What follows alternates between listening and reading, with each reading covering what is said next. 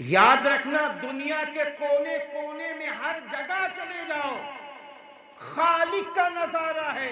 ہو سکتا ہے کوئی عورت کہہ دے معاذ اللہ میں ہوں خالق، تو کوئی کہے بھئی تم کہاں سے خالق ہو گئی؟ ارے میں بچے نہیں پیدا کرتی ہوں، میں بچے نہیں پیدا کرتی ہوں.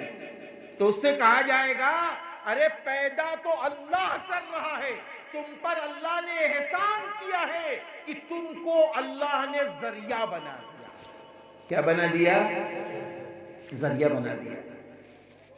ذریعہ بنا دیا اللہ نے ذریعہ بنا دیا کہ تم میرے بندوں کو پیدا کرو اور پھر ان کی پرورش کرو اور پھر ان کی نگرانی کرو اور پھر ان کو مومن بناؤ، پھر ان کو مسلم بناؤ، پھر ان کو سچ بولنے والا بناؤ، پھر ان کو جھوٹ نہ بولنے والا بناؤ، پھر ان کو سود نہ لینے والا بناؤ، پھر ان کو رشوت نہ لینے والا بناؤ، پھر ان کو حرام چیزوں سے بچاؤ اور ان کو حلال کاموں میں لگاؤ.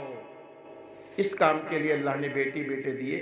اس کے لیے تھوڑی نہیں دیا ہے کہ 4 بیٹے ہیں ماں اترا رہی ہے یہ میرے بیٹے ہیں اور باپا بھی اترا رہے ہیں میرے 5 بیٹے کیا کرو گے؟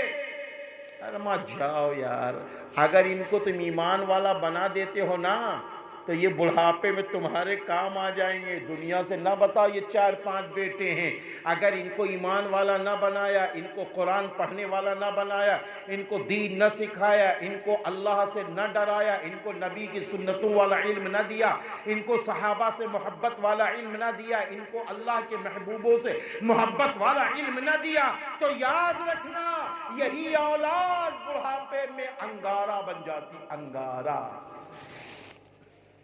یاد رکھنا، یہ غرور نکال دو.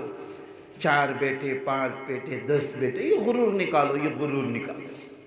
یہ سب فالتو کی باتیں ہیں. اگر